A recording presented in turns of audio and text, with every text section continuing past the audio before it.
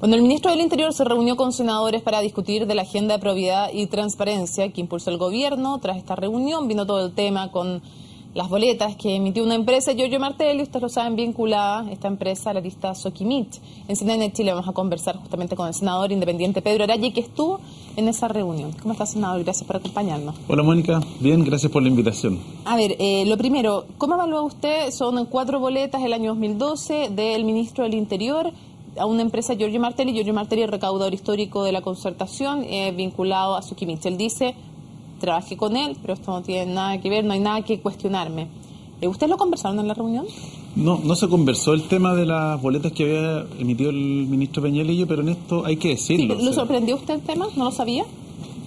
Sorprendió, pero todos sabíamos que eventualmente había un rumor de que habían algunos ministros que eventualmente habían trabajado para algunas empresas ligadas a Soquimich o que le habían prestado servicios a Soquimich. Pero en esto hay que decirlo, el ministro Peñalillo, cuando emite estas boletas, él venía volviendo al país, no estábamos en campaña presidencial, la presidenta Bachelet estaba en Nueva York en esa época, todavía no tomaba la decisión de ser candidato, y en esto uno reivindica el derecho que tienen quienes participan en la actividad pública de poder ejercer sus profesiones y prestarle asesoría a determinada empresa, porque efectivamente él tiene, y como lo tiene también alguna cantidad importante de políticos, de familiares políticos que se dedican a temas comerciales y laborales, un expertise distinto que efectivamente las empresas pueden requerir en algunos minutos.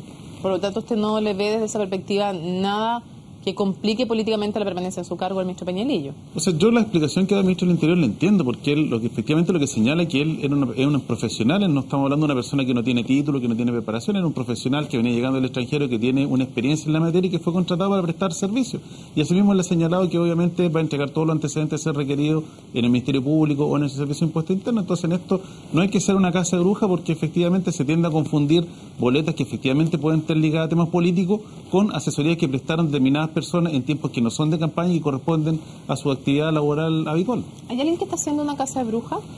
Es que yo siento que había una suerte de casa de bruja con estas publicaciones que hacen, y sobre todo algunos medios de comunicación que tratan de unir boletas que no tienen que ver necesariamente con temas políticos, que tienen que ver con la prestación de servicios profesionales. Entonces hemos visto hoy día que un medio publica una cantidad importante de boletas que Soquimich dice que son boletas que eventualmente no servirían para justificar el giro principal de la empresa. No dice que se trate de trabajo no realizado. Entonces en esa línea se ha tratado, de mi juicio, mezclar estos temas y no se ha separado. Así ha sido presentado en el medio. Es que se ha sido presentado en algunos medios, y en esto lo que nosotros hemos criticado... No, le estoy diciendo justo lo contrario, senador. Le estoy diciendo que el medio ha dicho tal cual es la versión de la empresa. Entonces, por eso le pregunto yo, ¿de qué se trata? No se pueden, desde su perspectiva, no es correcto que los medios de comunicación demos a conocer filtraciones, tenemos que esperar las sentencias judiciales. En esto lo que nosotros hemos hecho es una crítica al Servicio de Impuesto Interno, porque lo que uno esperaría que frente a este volumen de información que entregó Soquimich, es cierto que la Fiscalía lo pidió que se remitieran y tendrían que remitirse, pero lo que tendría que haberse actuado es como lo ha hecho el Servicio históricamente, determinar cuándo una actividad que utiliza una empresa constituye o no para el giro principal de la empresa y el gasto rechazado, y a partir de eso poder clasificar si corresponde o no a una irregularidad, pero no como hoy día, como lo que se ha generado hoy día, que es una suerte de manto de duda de todos los que aparecen en esta lista que se han publicado en varios medios, como que nunca trabajaron. ¿El Servicio de Impuesto Interno? Es que yo creo que en este servicio fue poco riguroso en la presentación que ha hecho hoy día de estas listas, porque cuando uno ve la querella que se presenta ante la Fiscalía hace un par de días atrás, se señala que del total de muestreos que se hicieron solamente se entrevistó a 8 de 343 contribuyentes. Entonces, eso es un tema que nosotros lo que hubiéramos esperado, que el servicio hubiera hecho una indagación como se ha hecho en otras ocasiones respecto de si efectivamente se prestaron o no los servicios, si corresponde a gastos rechazados o corresponde a servicios que nunca se prestaron, y a partir de eso poder generar las denuncias por las vías judiciales, que además ha sido la doctrina histórica que ha tenido el Servicio de Impuesto Interno, no es un tema nuevo, es lo que han hecho desde siempre en esta materia. Pero usted dice primero, dice que ha sido poco riguroso el Servicio de Impuestos Internos, después acaba de decir que esa ha sido la doctrina permanente. ¿Cuál ha sido, según usted, la doctrina permanente? La doctrina permanente, cuando cualquier contribuyente presenta anualmente su declaración de impuesto interno y el servicio somete aleatoriamente a revisión esa declaración, ¿qué es lo que se hace? Se revisa cuáles fueron los gastos, lo que incurrió ese contribuyente para generar la renta. Si hay gastos que le merecen duda, el servicio de impuesto interno llama al contribuyente, ve si se trata efectivamente o no de un gasto necesario para producir renta. Si no se trata de un gasto necesario, se denomina gasto rechazado y aplica una infracción que es una multa tributaria, y si es tema reiterado, lo denuncia a los tribunales de justicia, eventualmente si es que existe delito tributario. Hay dos temas aquí. ¿Me está diciendo usted entonces que el pedir boletas ideológicamente falsas no debería ser considerado como un delito? No, yo lo que te estoy diciendo es que el Servicio de Impuesto Interno lo que tendría que haber hecho era haber llamado a todos a estos contribuyentes, haber hecho la investigación previa, como se hace en otras ocasiones, y a partir de eso darlo a conocer y hacer la suerte anuncio, porque además... ¿Es responsable el director del Servicio de Impuestos Internos? Y si es así, ¿le parece bien que haya sido ratificado en su cargo? Yo entiendo que en esto la Presidenta ejerció una atribución, a él le fue bien en el concurso que hubo, y en esto uno confía en la decisión que tomó la Presidenta, pero en esto hay que decirlo. No, le estoy preguntando, yo sé que es una atribución presidencial. Es una atribución presidencial. Pero no es lo que le estoy preguntando, le estoy preguntando si a usted le parece, primero le estoy preguntando si esta falta de rigurosidad, según usted, es culpa del director de Servicio de Impuestos Internos, y segundo, si en vista de aquello, usted cree que debía haber sido ratificado en su cargo o no. O sea, yo creo que independiente, porque uno no puede mirar o no puede juzgar, a mi juicio, el cargo del director de Servicio de Impuesto Interno por un hecho puntual, que ha sido este tema, porque uno tiene que ver lo que se ha hecho en el servicio desde que él llegó. Yo por lo menos tengo una buena evaluación en general de lo que ha sido su acción a cargo del Servicio de Impuesto Interno. Pero en este caso específico no tiene una buena evaluación. Yo creo que en este caso puntual no tengo una buena evaluación, porque en el fondo lo que uno hubiera esperado es que las instituciones funcionen y funcionen como lo han hecho siempre en esta materia. Y en esto muchos contribuyentes, que sobre todo quienes administran empresas, saben que el servicio muchas veces cuestiona muchos gastos que tiene una empresa. Por ejemplo, se suele cuestionar muchas veces las comidas que tienen las empresas, se tiran como gastos rechazados, y eso es motivo de multa, no es que necesariamente eso debe constituir un delito tributario. Ahora, lo que ha sido siempre también política en el Servicio de Impuestos Internos, es decir, que facilitar una boleta ideológicamente falsa o pedir que se facilite, es decir, ser coautor de una facilitación de boleta ideológicamente falsa, es delito. Algo que así aclaró el director de Servicio de Impuestos Internos. Esa es la doctrina. Otra cosa es lo que se haga con ese delito. Pero usted coincide que cuando un político pide una boleta ideológicamente falsa, ¿está cometiendo un delito? Es que si uno está pidiendo una boleta que es ideológicamente falsa, obviamente ahí eventualmente se está en la comisión de un delito. Es que mi impresión es que aquí lo que hay y lo que dejó de manifiesto lo que ha ocurrido con Soquimich y con Penta es que hay un vacío tremendo en la ley de financiamiento electoral, porque mucho de lo que puede haber ocurrido, o sea, por ejemplo, lo que ha hecho en su minuto el senador Moreira, que fue el tema de financiamiento de campaña, esos son infracciones, a mi juicio, de carácter electoral, que tienen un deslinde, en el tema... ¿No es un delito tributario pedir una boleta ideológicamente falsa cuando se hace comúnmente?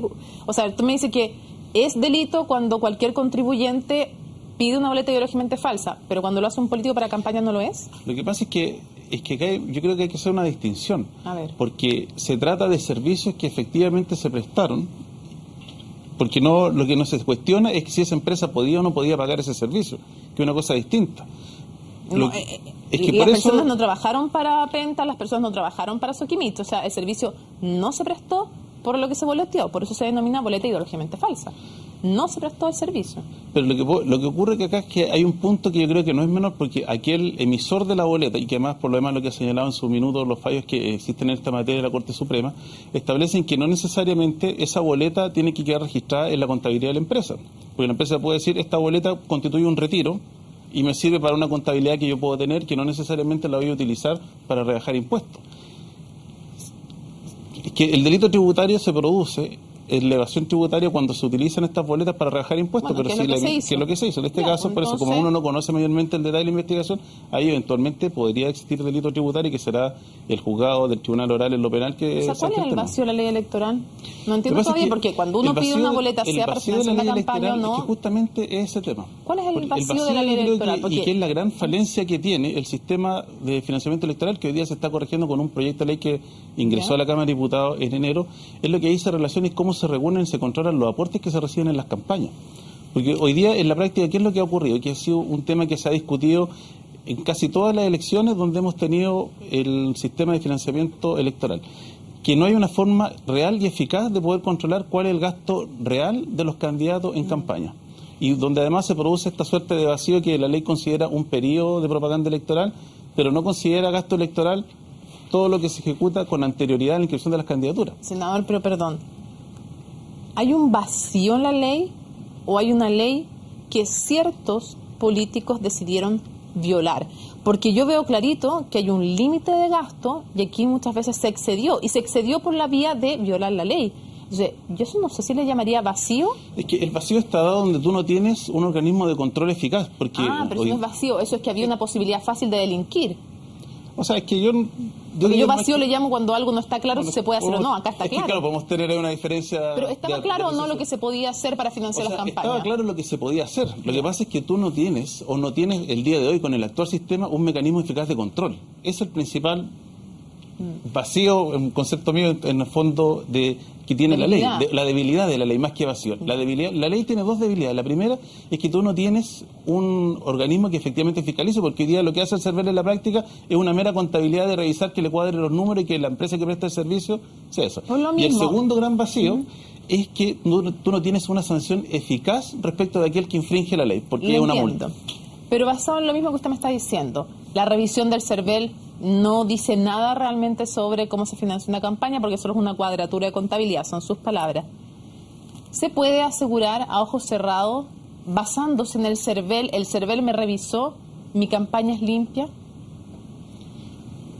Lo que pasa, yo creo que no. Yo creo que en eso y ahí está la debilidad de la ley, porque la uno presidenta lo ve Michelle Bachelet dijo eso. El CERVEL, por ejemplo, me revisó todo y por lo tanto mi campaña es limpia. Hoy día escuchamos al ministro Peñailillo decir lo mismo. El CERVEL nos revisó, la campaña es limpia. ¿Basta con eso? O sea, me acaba de decir que no. Yo en lo personal creo que no, y así lo he sostenido desde que entró en vigencia esta ley cuando vimos su primera aplicación, porque en la práctica, yo te insisto, no tienes un organismo que efectivamente pueda controlar. ¿Por qué razón? Porque el CERVEL, como tú muy bien lo dices, lo que hace es una cuadratura de caja, y lo que verifica es que el proveedor del servicio sea un proveedor que tenga el giro respectivo, por ejemplo, la radio, la imprenta, o la gente que entrega volantes, que reparte volantes. Pero no puede saber, por ejemplo, si lo que yo estoy diciendo en la factura X, que dice que en la radio contraté X cantidad de avisos, eso fue lo que se emitió y no se emitió más. Entiendo. Y por eso ha sido la gran discusión que hemos tenido en este tiempo. Segundo tema, el tema de los aportes reservados de las campañas, que yo creo que es la gran piedra de tope, porque los chilenos cuando votan deberían saber quién está financiando a tal o cual candidato. Para cerrar, porque se nos acabó el tiempo, senador, muy breve. ¿Qué cree usted que pasa como efecto político y en la ciudadanía y a nivel de justicia también? ¿Qué cree que va a pasar si finalmente el Servicio de Impuestos Internos no ha dicho eso? Ha dicho que se va a querellar contra los políticos según el mérito. Pero mi pregunta de ficción jurídica probablemente es, ¿qué cree usted que pasa en la opinión pública y con la justicia de este país si es que el Servicio de Impuestos Internos no se terminara querellando contra ningún político y prefiriera ir por la vía de la multa? Es que mire, yo separo las cosas, porque yo creo que independiente de lo que haga o deje de hacer el servicio, hay un costo ya que está pagado, porque la crisis de confianza que tenemos es la realidad que estamos viviendo día a día. Entonces, si el servicio no se querella, obviamente esa crisis de confianza aumenta, pero los tribunales de justicia tendrán que hacer su trabajo, determinarán si hay responsabilidad o no, pero el problema está dado porque la crisis de confianza no la vamos a superar con acuerdos políticos, con nuevas leyes, porque aquí el daño que está hecho es mucho más profundo y que en esto tienen culpa los actores políticos que no han sido capaces de estar a tono con lo que demanda la ciudadanía. Entonces, el gran desafío a partir de esta crisis no es cómo se sale de la crisis, sino cómo se recupera la confianza de los ciudadanos. Que eso es lo más complejo. Senador, muchísimas gracias por habernos acompañado en CNN Prime. Muchas gracias por la invitación.